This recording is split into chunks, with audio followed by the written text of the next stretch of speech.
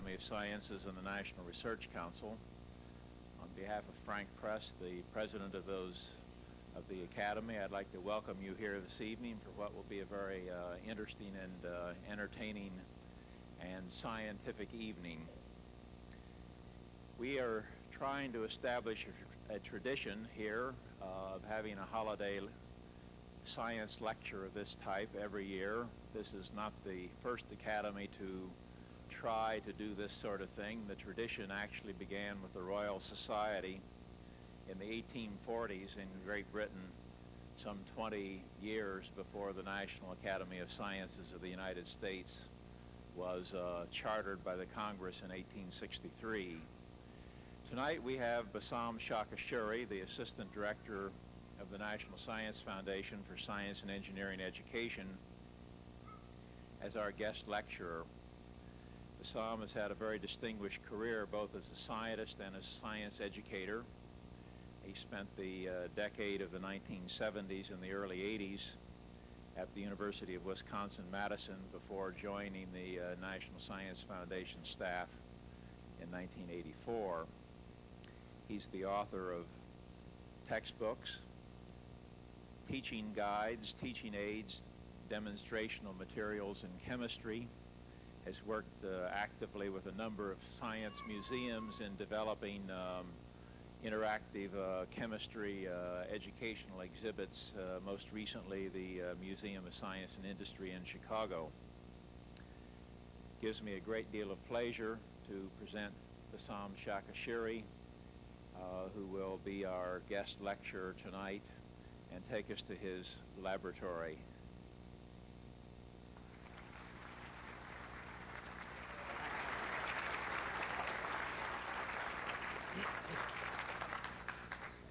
Thank you very much, and it's a delight to be back at the Academy this evening. This is the third year in a row that we do this, and I'm delighted to see so many people who came before, and I don't recognize everyone, so there must be new people who are with us this evening. It is indeed the holiday season, and we ought to be enjoying the season and be as jolly as possible, and that's why we have a number of very colorful scientific experiments that we will go through this evening.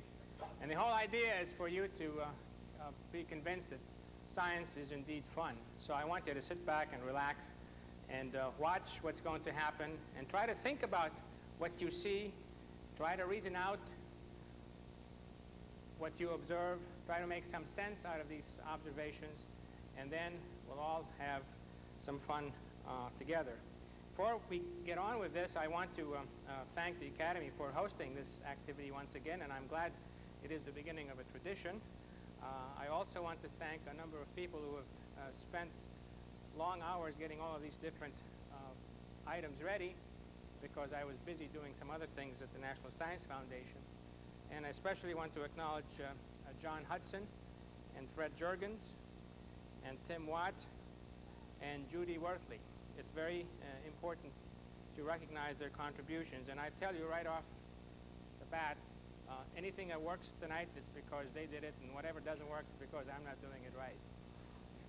So in doing experiments, we always have to be very careful about obeying safety regulations. And you'll see that for the rest of the evening, I'll put my goggles on to protect my eyes from any splashes that might develop as we do some experiments.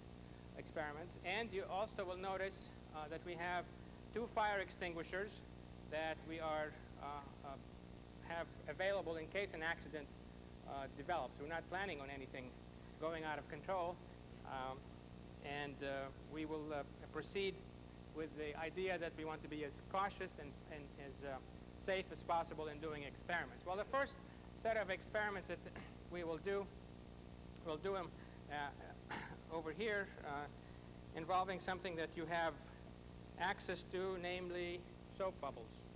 It's a lot of fun to play with soap bubbles. Everybody at one time or another has done this. Whoops.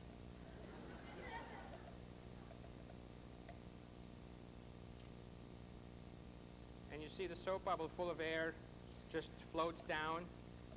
I'm sure all of you have noticed the pretty colors that the soap bubbles have. And one thing I'm going to try to do is take this soap bubble and see if I can move. Oops. Let's try it again.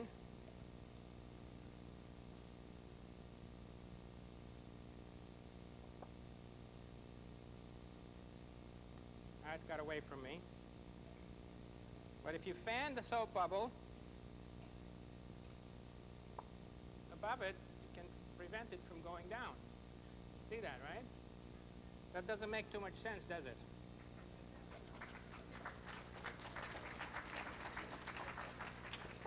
If you fan it under the soap bubble, it falls down. There must be something to this. Let's do it one more time.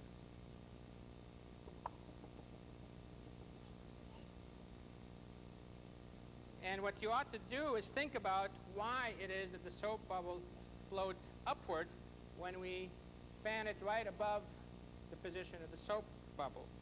It is related to a very well-known scientific principle, and it is the principle actually is Bernoulli's principle, and it's a principle that everybody has observed at one time or another.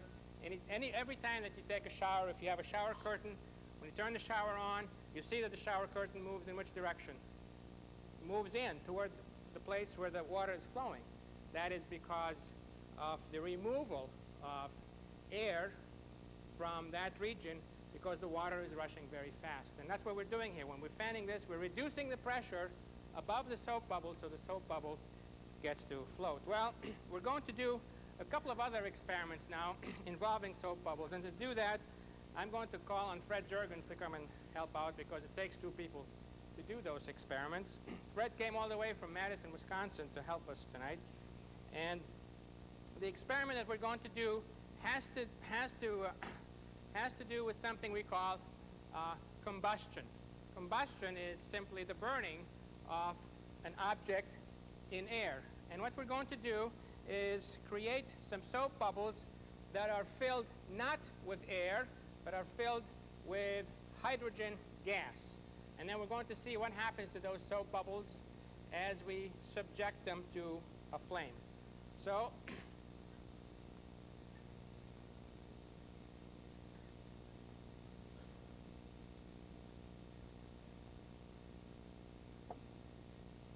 now Fred is blowing some hydrogen gas into the soap, and you see the bubble goes up. Doesn't stay up very much. Let's see if we can.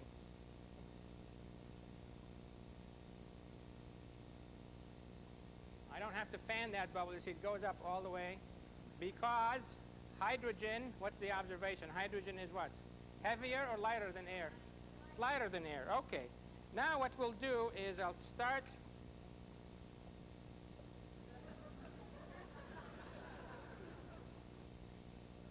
Here's an example of controlled combustion, and we need to have, I'll step away this way, we need to have a couple of soap bubbles going up. Let's see what happens to them. You see the bubbles burn when there you go. Now very slowly, whoops, that was one escape. Fred is going to introduce into this mixture some oxygen gas. So we're going to mix hydrogen and oxygen together. We'll see what happens.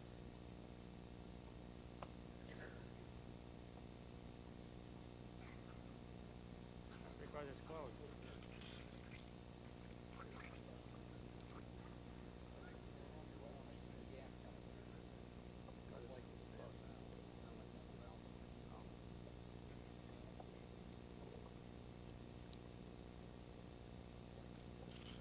There we go.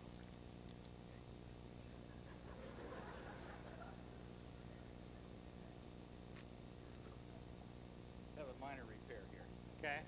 All right. As he's repairing the special pipe that we use to blow the soap bubbles with, let's take a look at these balloons that we have up here. And those balloons are held with a string, and that tells us that the gas that's inside the balloon is what? Heavier or lighter than air? Lighter than air. And let's find out what's in this balloon. You think it's helium? Who said helium? How do you know it's helium?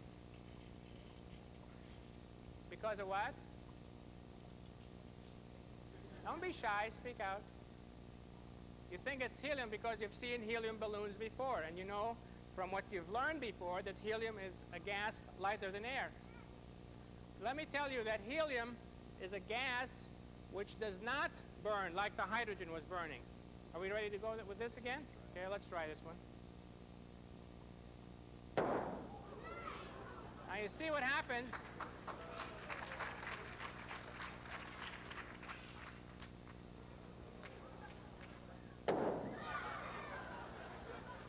Okay, that's Enough of that? You want another one? one more. Get a big one. Okay.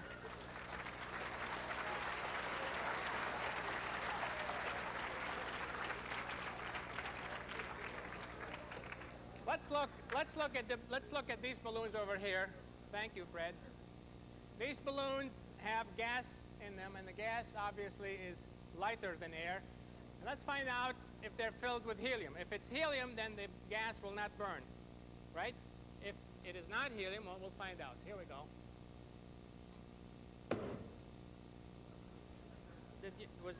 Did you see a flame there? Okay. Now, that flame is caused by the combustion of hydrogen gas, which is burning with air, with oxygen that's in the air. Now, let's do this experiment in the dark and see what happens to... Okay, ready? You can see the...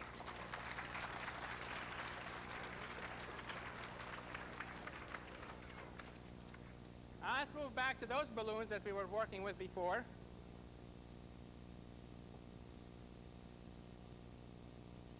And we want to find out if they have anything in them that burns, that undergoes combustion. So here we go.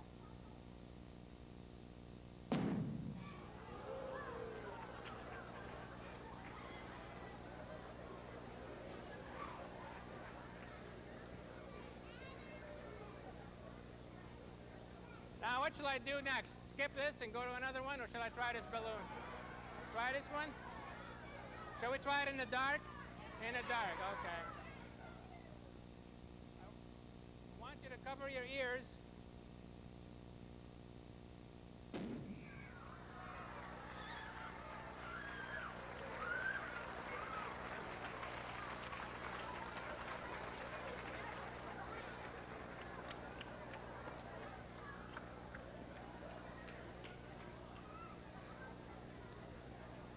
Okay, so we've seen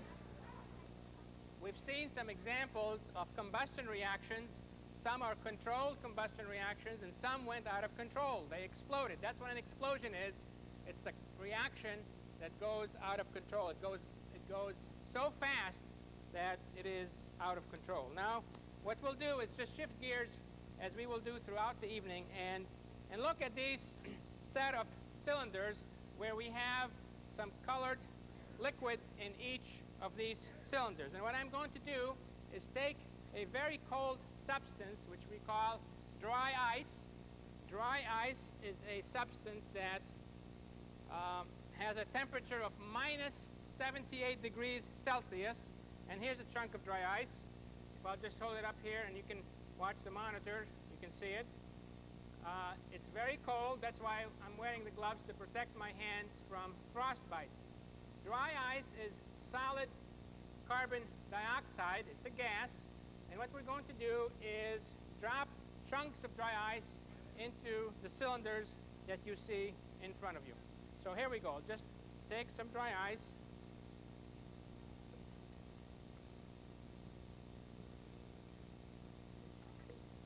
Am I dropping a dry ice into every cylinder?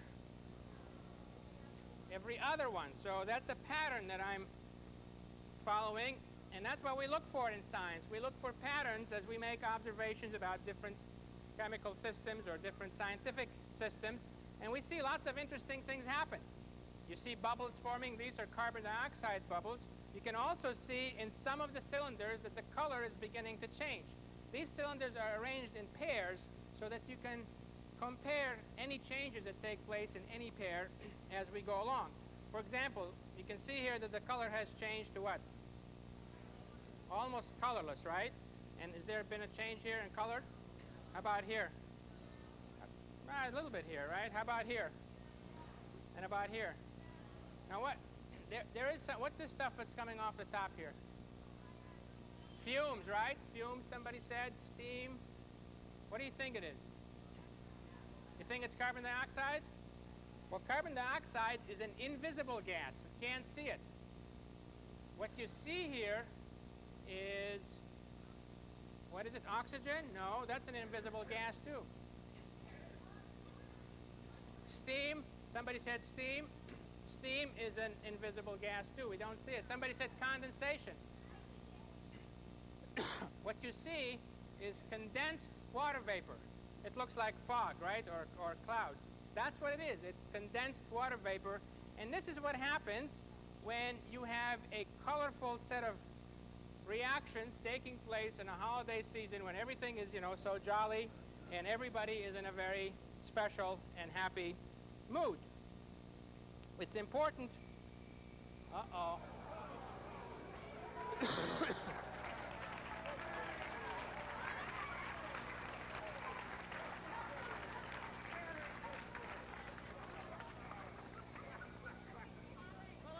Hello, Merry Christmas. Nice to see you. So glad to see you, Santa. Oh, I heard you were celebrating Christmas, so I thought I'd drop by early. Well, I'm glad you did. Well, it's nice to be here.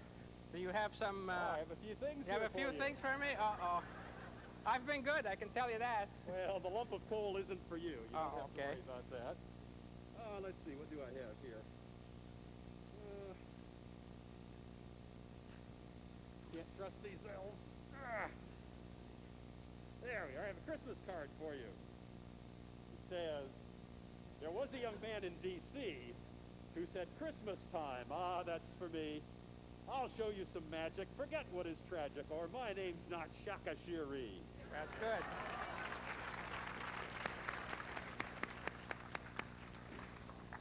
And next thing I have for you, right down your alley. Oh, thank you, thank you. Can I play with them now? Well, please do. All right, let's see what it says here.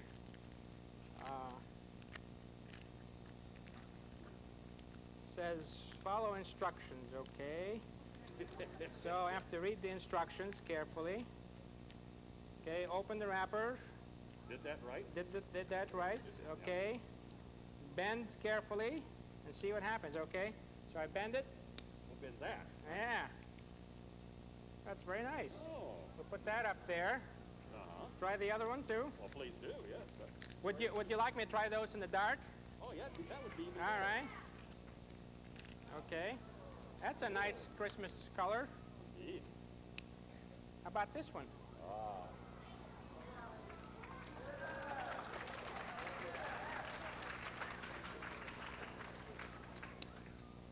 There's one more. Oh. Yes. Well, thank you very much, Santa. That's very, very kind of you to bring these. Are these combustion reactions, or what kind of reactions are those? Oh, not at all. Those are redox reactions. Redox reaction. Oh, I see, I see. We'll have to talk about that later, They Santa. teach us a few things at the North Pole, you know. Right, right. And I have one other thing for you. Yes? There you are. Oh, my goodness. Just for your directorate. National Science Foundation, Directorate for Science and Engineering Education, Mathematics, Science, and Engineering. Can I look in there? Please do. Oh, my goodness. Oh, there are lots of goodies in here. Another light stick. My goodness.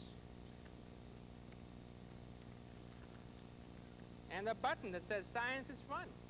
True. My goodness. And some instructions on blue paper and green paper and pink paper. What a Curious. and a few other things. Now, is this just for me? Well, because this is such a nice group, I've got one for everybody here. What do you think about that? Oh, that's great. That's great. That really is great.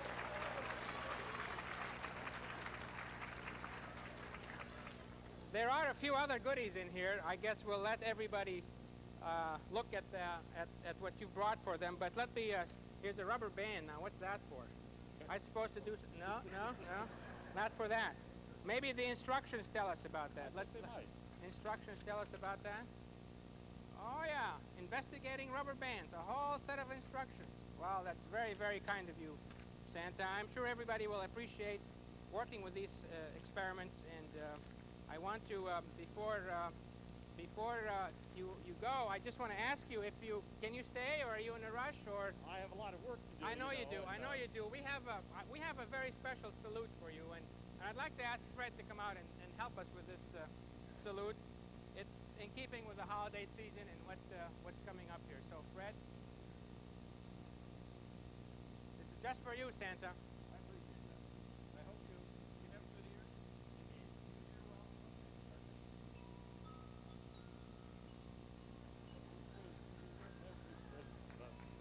We wish you a Merry Christmas and a Happy New Year.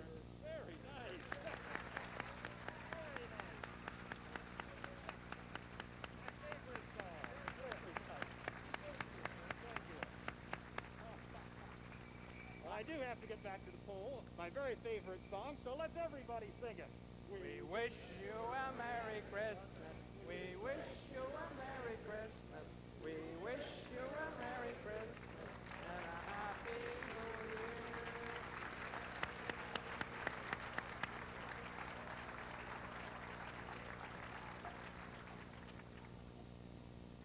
Well, as I was saying before I was pleasantly interrupted, we want to do some experiments with dry ice, and you see what has happened now with these different colorful reactions. These are actually reactions between substances we call acids and bases, and we have a different set of substance in each one of these cylinders, actually in each pair of cylinders, that we call indicators. They indicate to us that a reaction has taken place. Let's just put some more dry ice in here because it looks so nice bubbling, right? Doesn't it?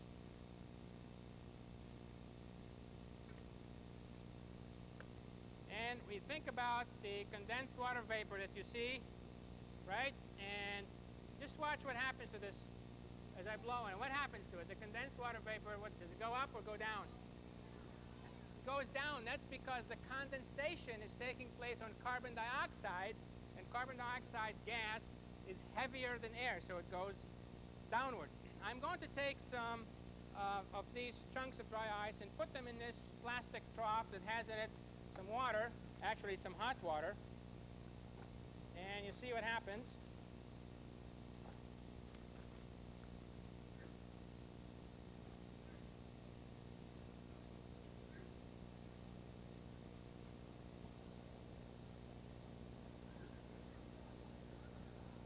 And what does that look like now?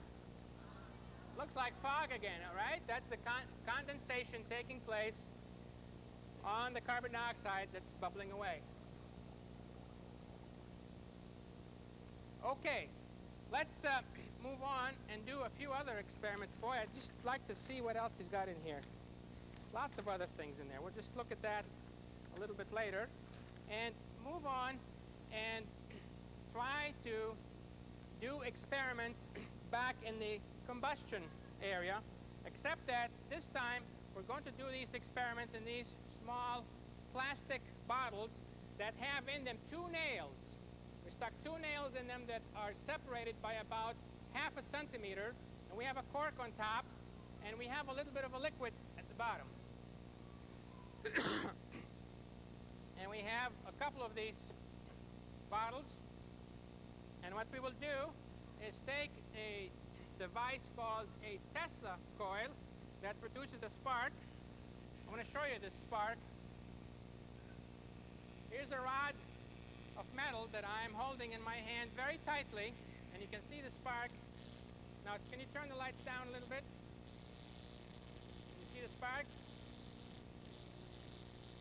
Okay, now we turn the lights up again, and pay close attention, and we'll see what happens when we put this source of a spark to the side of one of the bottles to touch the nails, or close to the nails. Did you see that? You heard that, right? Maybe if we do the next one in the dark. Let's do the next one in the dark.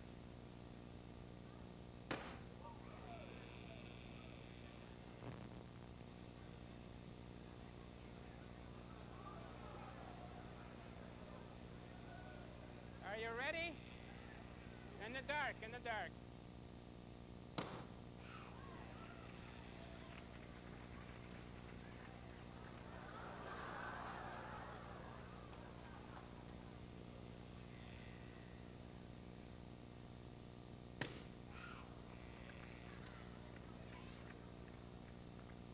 Now, these were examples of combustion of ethyl alcohol caused by a spark jumping between the two nails that are separated by about half a centimeter. It's a combustion reaction of the alcohol vapor, not terribly different from the combustion reaction that takes place in a car engine, except that the fuel there is not alcohol, but is gasoline, which is a mixture of hydrocarbons. And because of the release of energy that we saw in the form of light, in the form of heat, and also we saw that work can be done because of that combustion reaction. The corks in every case jumped. I don't know where they are. Did anybody catch them? They're gone. You did. You got one. Okay. So this is an example then of another example of combustion reaction. Let's take this trough out of the way. Do a couple of other experiments.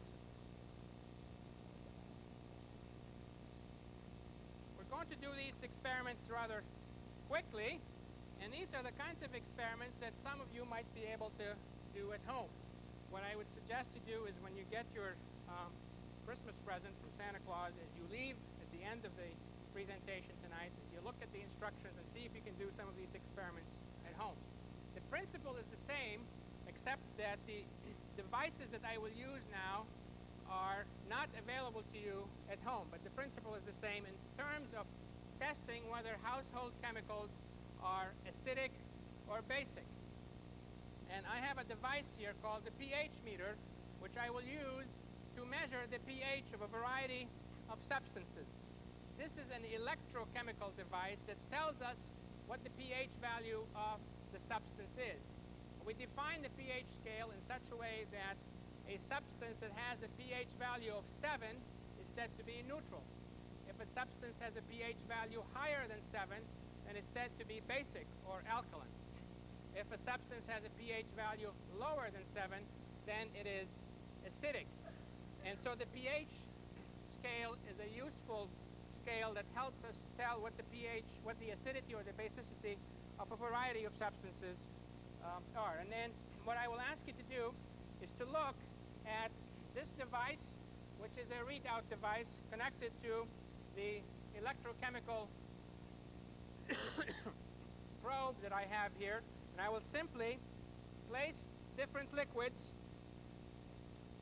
Here's some Coke. Do you think Coke is acidic, basic, or neutral? Acidic, basic. Does anyone think it's neutral? Neutral? Well, how do we get to find out? We find out by doing an experiment, right? By measuring, by using this probe to measure whether it's acidic or basic. And remember now, a pH value of 7 means it's neutral. Lower than 7, it's acidic. Higher than 7, it's basic. So we put this in there, we turn this on, and the pH value is quite low, right? It's about 2.3. It fluctuates a little bit. Can you see that? Right? So Coke is quite acidic compared to ordinary water. Pure water is neutral. That has a pH of 7. Tap water may have a pH value different than 7, depending on what else is dissolved in it. So let's move on and test a couple of other things. In between measurements, we have to rinse this electrode. And let's see, what other household items do I have around here? I have lots of things. I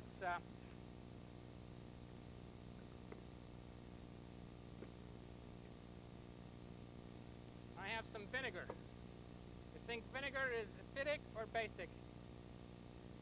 Acidic? Well, let's find out. We take a bit of vinegar.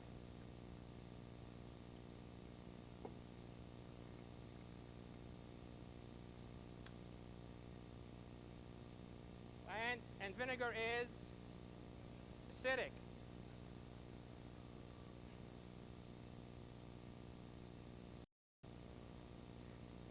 How about ammonia? You think ammonia is acidic or basic?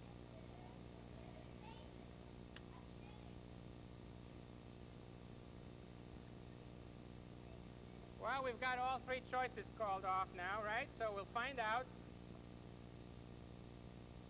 Take a little bit of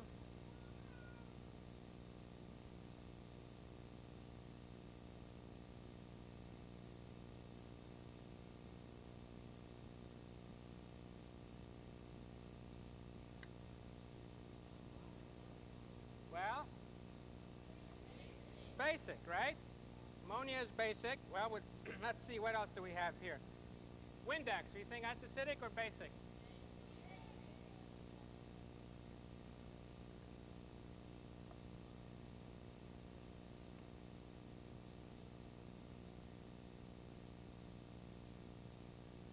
Four pretty colors all over the place, right? Let's see. In between, we take the electrode and we rinse it.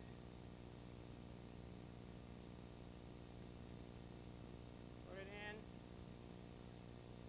Acidic, basic, or neutral?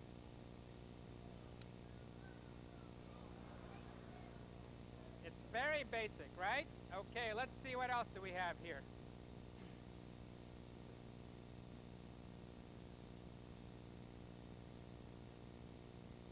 Spanish. Think that's acidic or basic?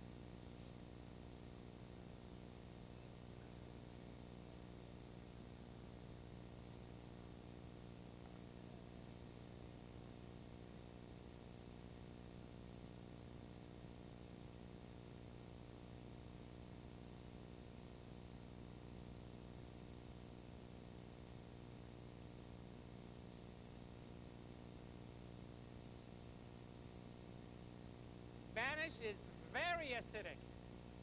Now, all of these items that I've worked with are common household items that you should be able to test whether they're acidic or basic as you do the experiments that are suggested in what Santa Claus has brought you. You have to be very careful in doing these experiments and not to drink any of the items except the ones that we know are safe to drink, like the Coke, for example. And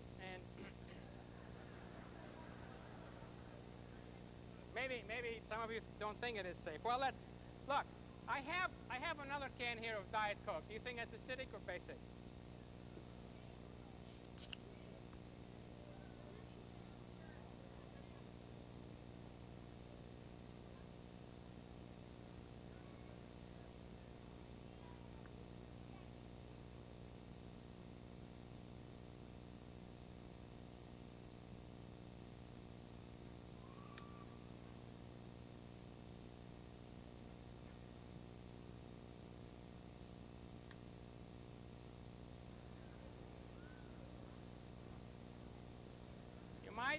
You might want to compare the Diet Coke with the regular Coke to see whether they are about the same pH value or not. That's one of the experiments that you might do at home. So we'll turn this off now and ask you to think about these different experiments as you make observations about the various chemicals that you come in contact with. And one other experiment, by the way, that I want to suggest that you do at home.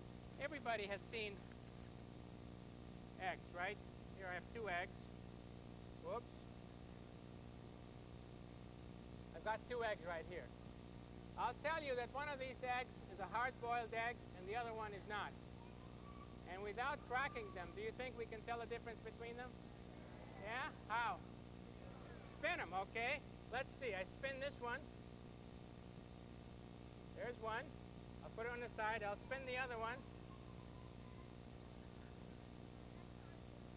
Is this the hard-boiled one?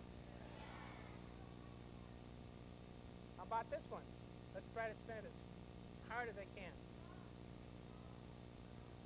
Now, how can we prove that this one is the hard-boiled one and this one is crack them, right? We'll crack them. But before I do that, I want you to think about the reason why you can tell which one is the hard-boiled egg and which one is a soft-boiled egg. Let's see if we can bring about a change here.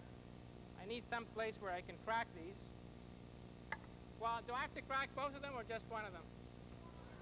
Which one? The raw. I thought you were going to say the raw one. Okay.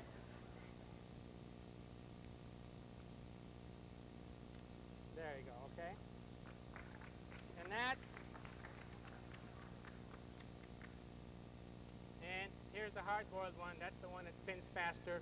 And I want you each to think about why that's so. Just to do this again, here's another egg. And this is the raw one, right? Okay? And just to prove to you that there's nothing magical about this egg, there it is. It's a hard-boiled egg. Okay? So you think about why. No, you never eat or put anything in your mouth, eat or drink when you're doing experiments, because you have to be very careful about not getting any unsafe chemicals into your body. And I've touched a variety of different chemicals tonight. That's why I'm not going to eat those without washing my hands first and making sure that this is a clean vessel. Okay, so we've talked about now household items. Let's ask you to look at this part of the table here, where we have not only the musical beakers that I'm going to take out of the way, but we have 3 flasks. And 2 of them are sitting on a cork ring. And what I'm going to do is take some coins, take a couple of coins, open this stopper, and drop the coins in.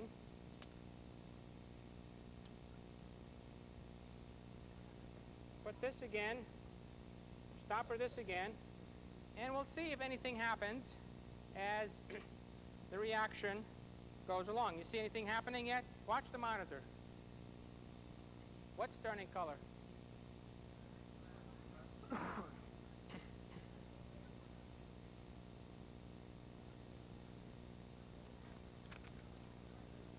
You see any color change here? Right? What else do you see happening over here? Bubbles. What else is happening over here? What's getting lower? The liquid. You don't know it's water, do you? The level of the liquid is getting. What's happening over here? The liquid is getting pink, and the level of the liquid is... All kinds of interesting things are happening, right? So we can watch and see how this develops. It may take a little longer for more things to happen. We'll keep an eye on it. We're not in a rush, right? We've got more time.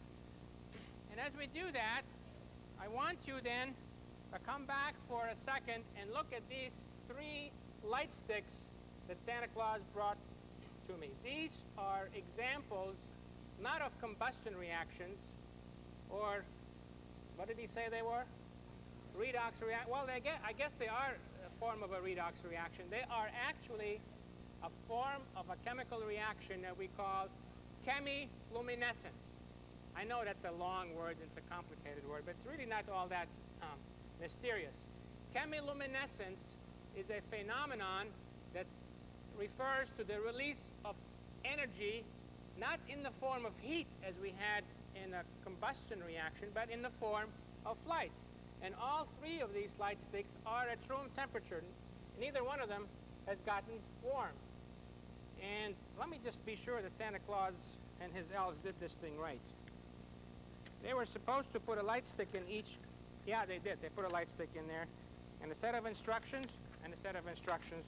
So you get to do an experiment at home with this phenomenon of chemiluminescence. And just to show you this phenomenon again in the dark, let's turn down the lights. And you can see that this is pretty efficient light system. I can use it to see my way around.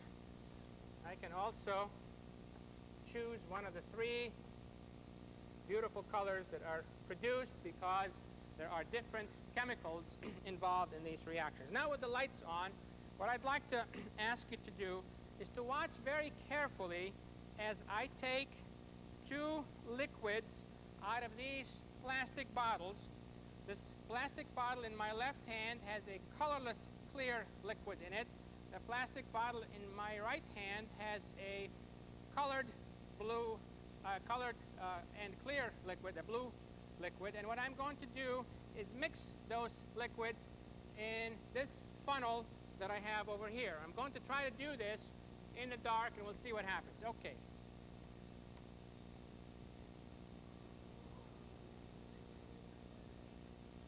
This is another example of chemiluminescence, where energy is released in the form of light, not in the form of heat. And just to show you that, with the lights up, please, up, you cannot see the chemiluminescence here except if it's dark. So put the lights down, Dave, please, a little bit. And you see it's fading. Let's do it one more time.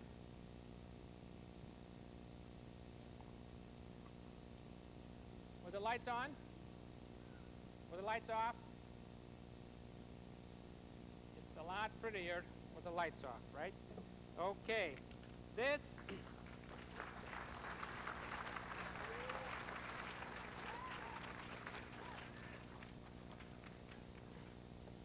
is part, with the lights on, please. This is part of what people refer to as the magic of chemistry. Actually, there isn't anything magical about it if you understand what's going on. And that's why we study science, chemistry being one of the fundamental sciences. We study science in order to try to understand what's going on and to control these various chemical systems to help us produce products that we can benefit from and to help us live in an environment that is clean and an environment that is healthy. Now I want to ask you to focus your attention on this part of the lecture table over here. I'll take the light sticks away. Before we focus our attention over here, can we go back and look at the receiving vessel that we use in this chemiluminescence reaction and see what color this is? What color is it now? Dark black, yeah. Dark black. And you see there is a difference between the chemiluminescent reaction that took place here and what's going on in each of these light sticks, despite the fact that the phenomenon itself is the same. Chemiluminescence is this phenomenon that we're talking about, and it's taking place in a liquid phase, in liquids. Now, each one of you have seen the phenomenon of chemiluminescence, but not in the liquid phase. Each one of you have seen chemiluminescence in the gaseous phase. What do we call that? What? No, neon is not that, no. Not fluorescence. You've all seen lightning. Haven't you all seen lightning? That is the phenomenon of chemiluminescence taking place in the gaseous phase, not in the liquid phase. All right, let's go back to the liquid phase and look at the series of beakers that we have in front of me here.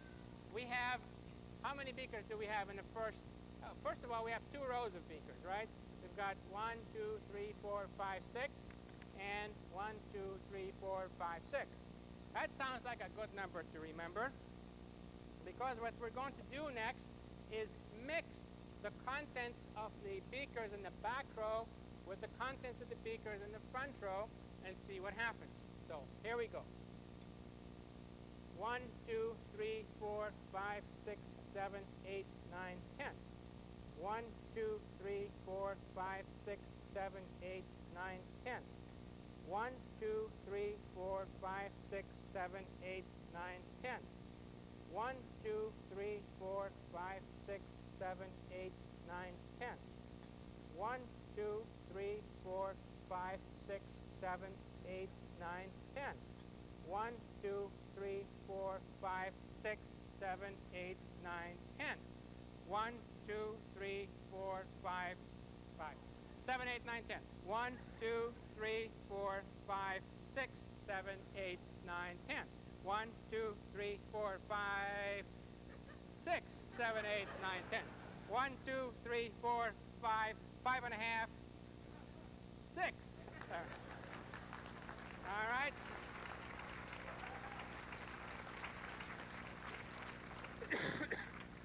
Let's see what happens with the remaining set of 6 beakers in the front row and 6 beakers in the back row. All right.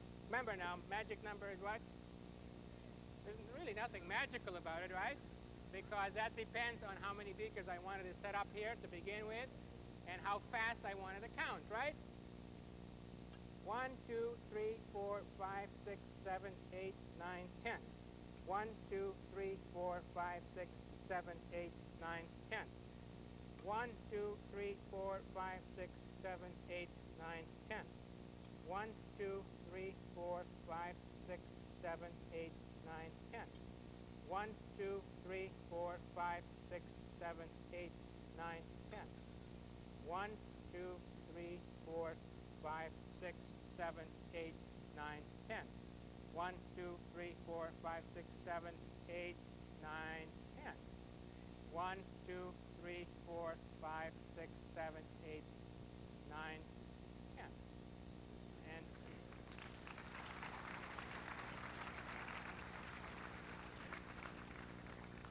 this is an example of what we call in science a clock reaction. We call it a clock reaction because the colors appear periodically and they appear at the same time if the amounts of chemicals are the same in each case and if the temperature of the mixture is the same.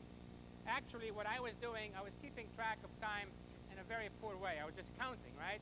I was changing my cadence as we went along. What's a good way for keeping time? What's the best way for keeping time? What? Use a clock, right? That's why we call these a clock reaction.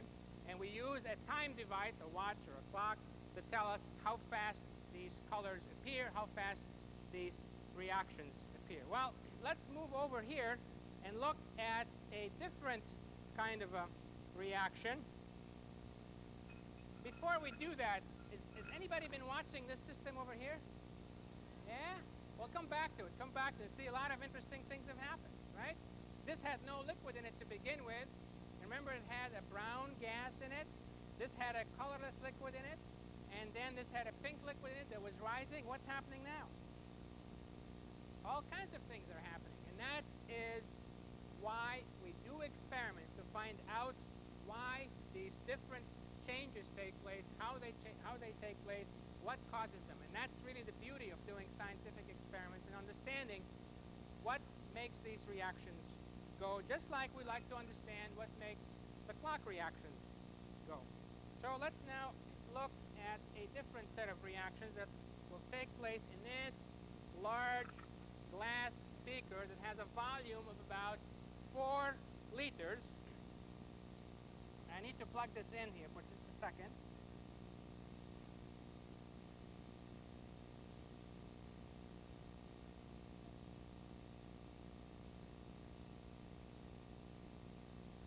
Can't plug it in there because the cord is not long enough. So we'll carry out this reaction.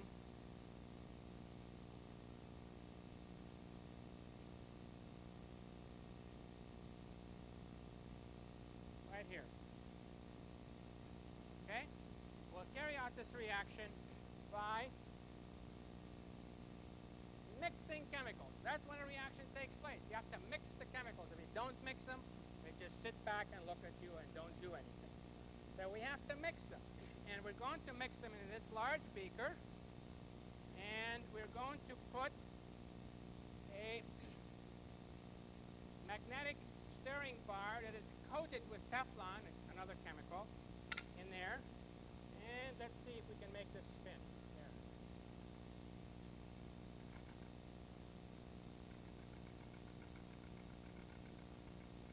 Actually, I'm going to take these out of the way so I don't knock them accidentally. I'm sorry I had to disturb the pretty pattern of colors to do that, but that's all right, isn't it? All right. Now we're going to take these different chemicals and mix them like so.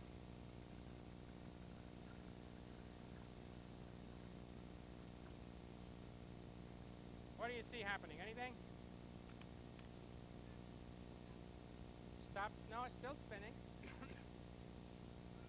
The liquid was a little bit cloudy, right? Looks like a whirlpool, that's right. We'll add another chemical. Or try to be careful not to splash anything. As careful as possible. Anything happening there? Let's add the third one and see what happens.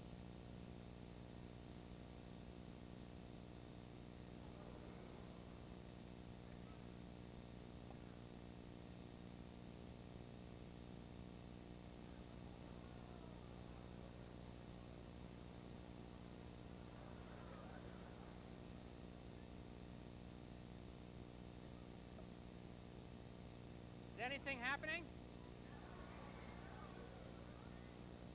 Lots of interesting things are happening. Let's stop the stirring and see if that makes a difference.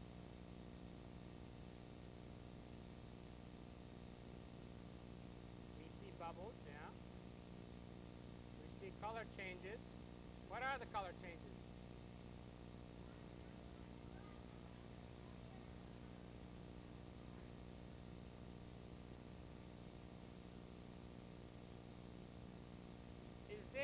Is this a clock reaction? Now remember what happened with the clock reactions. They changed color and they stayed that color, right? What's happening here? The color changes but does not remain the same. It keeps on changing, right? Let's mix them again. Let's try and mix. See what happens. More bubbles, right? There's a gas. Those are gas bubbles, and the gas is being released. It doesn't dissolve in the liquid very well. It comes out of the liquid. This is an example of what we call an oscillating reaction, because the colors oscillate from black or deep blue to black to colorless, very short period of time colorless, very short period of time orange, and then to the deep blue-black color. And this goes on and on for a period of time. And what we try to do in science is to try to understand, first of all, what these mixtures of chemicals are, why they produce this effect. Can we change the period of oscillation? Can we make one color last longer than the other color? Can we understand why, after we mix the chemicals together, that the deep blue-black color now lasts longer than it did at the beginning? Did you notice that? Yeah? Those are the kinds of questions we ask when we do scientific experiments. And we're also curious about finding out why these systems happen. That's why we do scientific research at our colleges and universities and in industry.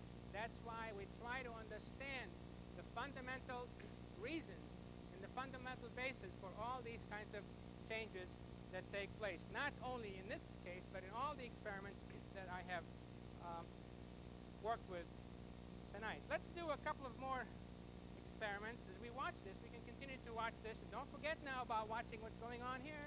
There's always something going on. You have to be very attentive to be sure that you don't get lost in the beautiful colors that you see all around us. Let's see if we can do this experiment like so. What I'm going to do is take this beaker, which is a 1-liter beaker, and I'm going to take a small amount of powder out of this bottle and put it in this beaker. Okay, see it? There, the powder is at the bottom. Then I'm going to get some water.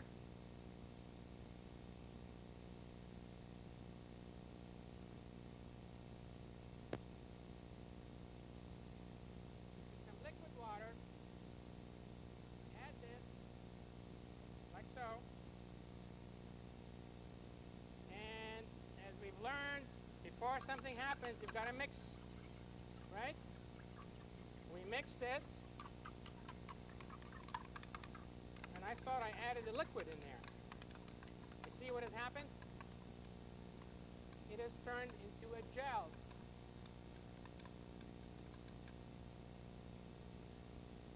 See, it's all jelly-like. Add more water.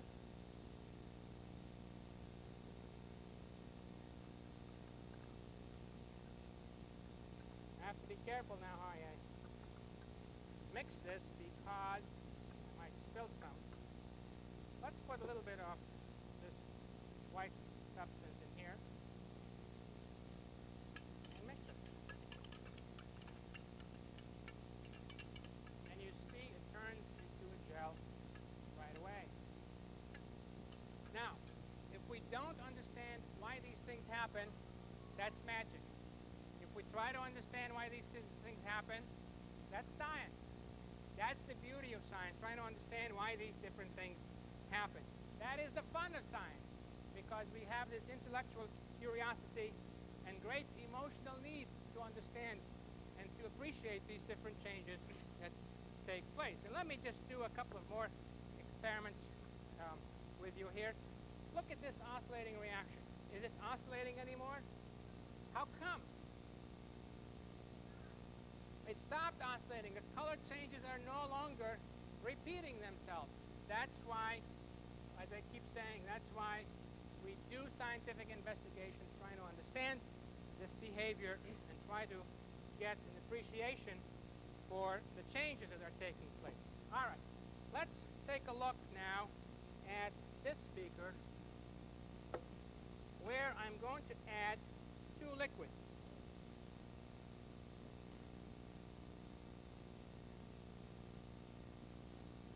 Is it going to be what? Is it going to be loud? I don't know. How do we find out? We listen very carefully and we watch, but if we don't mix the chemicals, we can be listening for a long time and nothing happens, right? So let's find out. Here's one chemical. It looks quite syrupy, doesn't it? Yeah. And here's the other chemical. That's syrupy too. Is anything happening?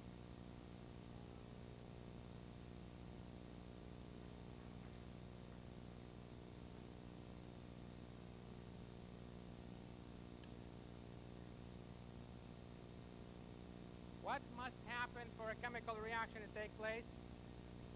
We've got to mix the chemicals together, right? So we mix these chemicals, and that takes effort. Mixing takes effort. Okay, we stop mixing and look what happens.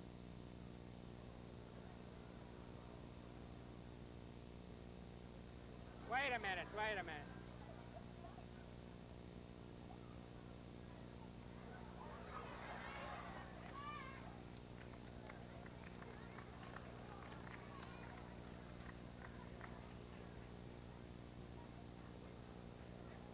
You remember now, when I mix these things together, I only mixed a small amount, right?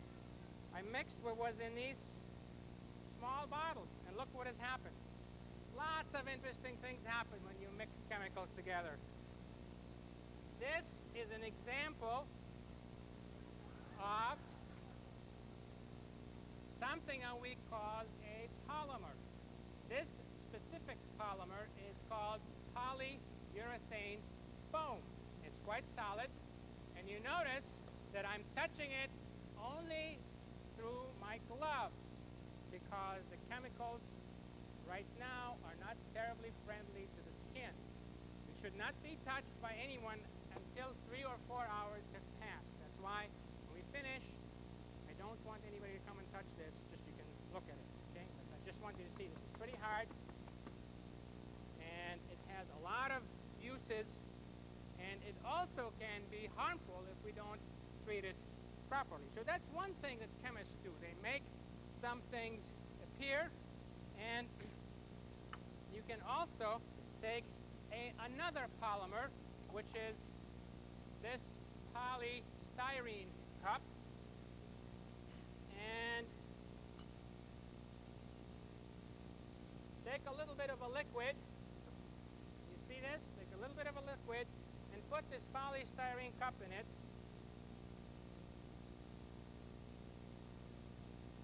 And you see the cup is disappearing. And that's what science scientists or chemists do. They make certain things appear, and they make certain other things disappear. Okay? Now this, I'll tell you what this is. This liquid that I used is called acetone. And everybody's got acetone at home. Where do you have the acetone at home? Nail polish remover. That's acetone. So, if you want to try this experiment at home with a polystyrene cup, you can do that. When you get done, you make sure that you dispose of this very properly, okay? And don't dump it down the sink because it might clog up the sink, especially if not all of it has dissolved, right? So actually it's not dissolving, it just is disappearing. And that has to do with this substance, the polystyrene, and how it's made in the first place. It has a lot of air molecules in it. And all we're doing by putting it in acetone is removing their learn from it. Now, before excuse me.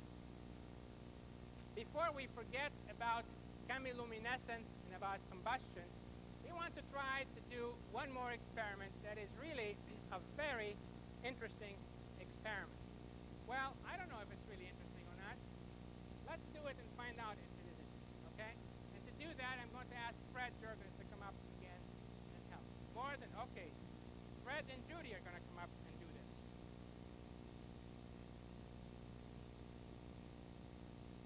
What we're going to do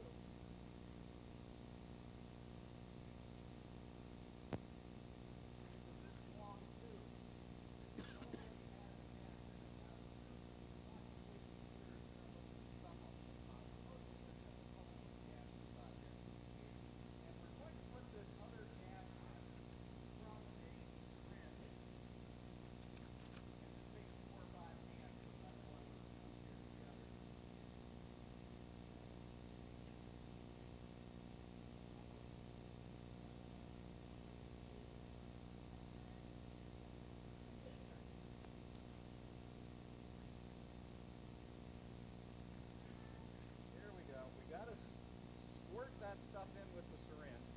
You might see sort of a brownish gas come out of there when we do that.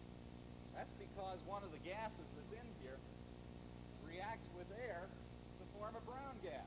The brown gas that's formed is one of the things that's in smog. If you've ever been in Los Angeles, you know that the air around there is sort of yellowish. And it's yellow because of the smog that's formed from burning of gasoline and car engines. When gasoline burns in car engines, it takes in air. Air has nitrogen in it. And the nitrogen is converted to an oxide of nitrogen, which is brown. Now, we're ready to do this. And what we want to do is do this in the dark. I'm going to light a match.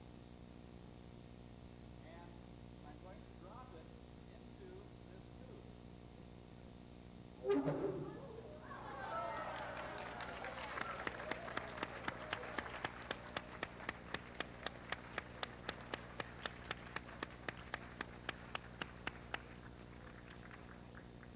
This was, thank you Fred and Judy, this was another example of a chemiluminescent reaction, but it did not last as long as this reaction did, nor of course as long as these reactions are lasting. Let's just turn down the lights for a second and be sure that you recognize that these reactions are still taking place. All right, with the lights up now, I'm going to try to do, was that spectacular or not? Yeah, right. You know, it's too bad. It also has an odor associated with it, right? Okay. I know that because I'm so close to it. I can tell you that. And those of you near the front row can also begin to smell it. Now, this experiment, if we had slow motion equipment, we could play back that on tape and look at the flame coming down in slow motion. Unfortunately, we don't have that tonight. And we'll go on and do the next experiment, which is one that so many of you may have seen. I'm not sure how many of you have seen this, but let's try to do this experiment over here. This is an experiment. I'll take the oscillating reaction, what was the oscillating reaction, out of the way. I'll take the motor out of the way. And I really don't need these eggs here. How did these eggs end up here? Because I brought them from over here. Okay, well, put them back there. Maybe that's what you're smelling, right? I don't know.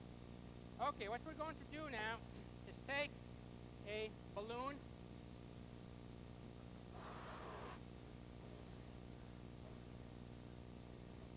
blow it up, no big deal, right? Blow it up, we let some air out, and we tie the balloon, like so.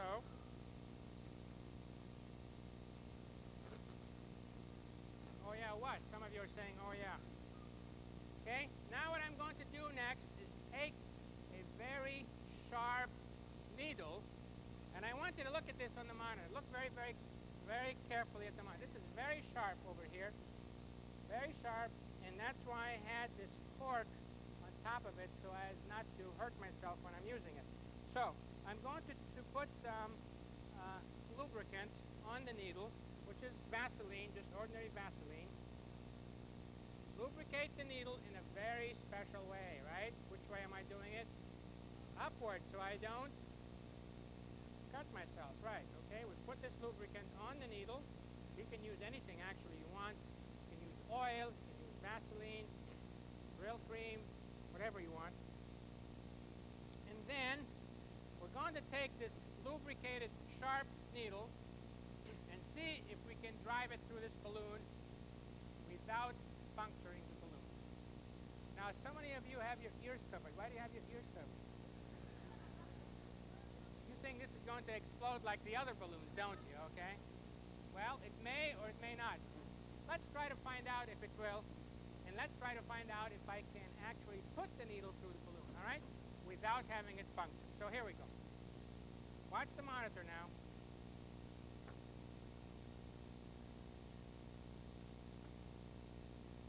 See that?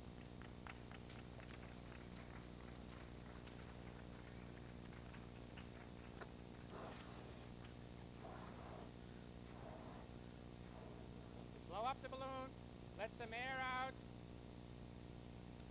tie it up, right? Get a little lubricant on the needle.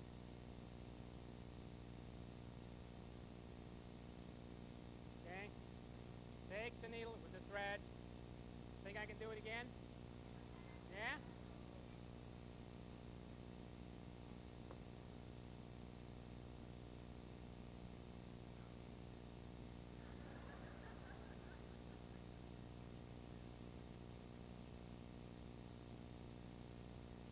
See what's happening in the first balloon? It's getting smaller. Why? Because there are holes in it, right? And the air is coming out. And there's nothing really magical about these balloons except that they're transparent balloons. They are latex balloon. I chose those balloons to show you that there's nothing magical on the inside. You see, it just pops. Another bang. Okay, that's not as. Now, the question is, did you watch very carefully what I was doing? Yeah, what was I doing? I put the what? I put the needle.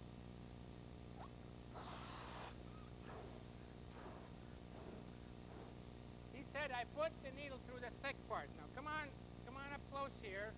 Come with me up close on the camera and watch. You see that this balloon has a thick part right here, okay? Next time you blow up a balloon, look for a thick part. Every balloon has a thick part. Almost every balloon has a thick part opposite the place where you blow it. And you blow it up, we let some air out, right? You tie it like so. My hands are full of Vaseline, so they're slippery.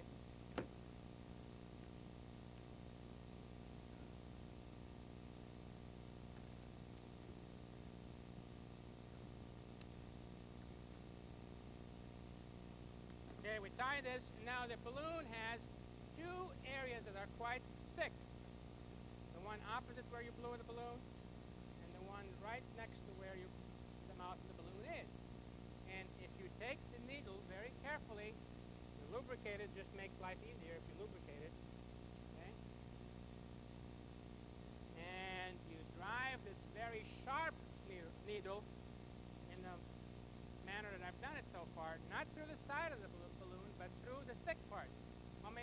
try it from the other side now? Yeah, let's see if that works. Okay. Now you have to be very careful in aiming at the other end.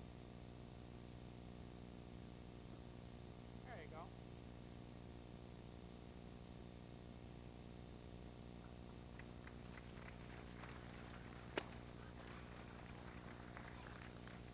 Now you all think that this is a magic trick, right? Well, it's not a magic trick. It's only magic if you don't understand how it's done.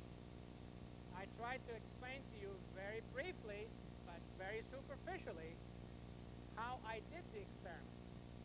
What we really want to try to think about is how come when I drive this needle through the thick part of the balloon, it does not get punctured as it does when I drive it through the thin part of the balloon. And so we have to think about the properties of this substance, which is latex rubber or ordinary rubber, and try to understand more about the behavior of that substance and the behavior of a variety of other substances in order to explain scientifically what is going on. And what I want to do now is to try to point out to you that all of us, all of you, who are curious about the different things that take place in our daily lives and in our schools, should engage in pursuing your inquiries with your teachers, with your parents. You should try to ask questions. You should try to satisfy your curiosity as much as possible, because that is really what makes not only life rewarding, but it makes the activities that we engage in, especially the scientific activities that we engage in, fun, as it says on my t-shirt here. I want to thank you for coming tonight, and I want to wish each one of you not only a Merry Christmas, but Happy Holidays, and don't forget to get your present from Santa Claus as you leave the door tonight. Thank you very much.